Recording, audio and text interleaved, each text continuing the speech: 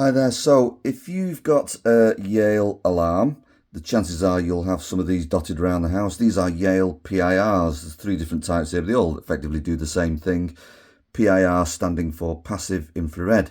So what they're doing is that they're actually detecting heat source like a human body that moves in front of them. And when they do that, when they detect it, they send a signal to the control unit. And if the control unit is armed, of course, it sets the alarm off. So like most PIRs that are battery operated, they don't flash as you move past them. Obviously the mains ones that you may have seen, they do flash, but because of to try and extend the battery life, these particular PIRs don't flash as you walk past them. So how do you know whether they're working or not? Well, okay, a simple way of doing it is to press these test buttons. You have test buttons on all of these sensors. So if I press this button now, you can see it flashes red. And that now has entered what's called test mode.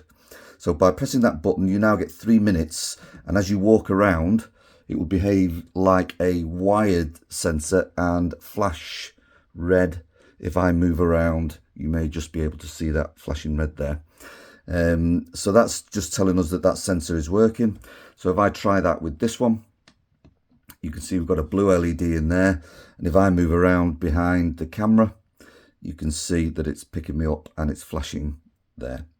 So now if I press the other one, you can see it does exactly the same. Now all you'd need to do is if you don't get if the sensor doesn't flash when you press the button, chances are you'll just need to change the batteries. So all you do is go into the casing here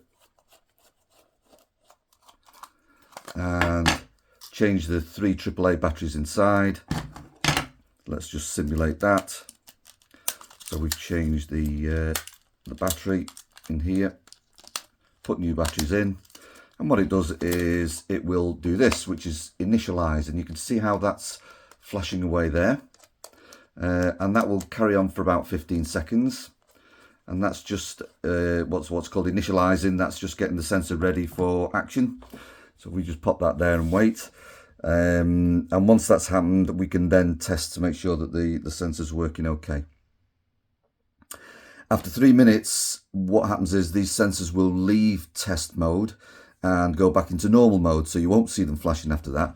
That's where this one is in particular now. So this sensor here, so you can see it's not responding to anything that I'm doing. So if I put this into test mode and then move around behind the camera, you can see that it picks me up as I'm moving. So that's PIRs, and that's how to just check that the sensors themselves are actually picking up movement.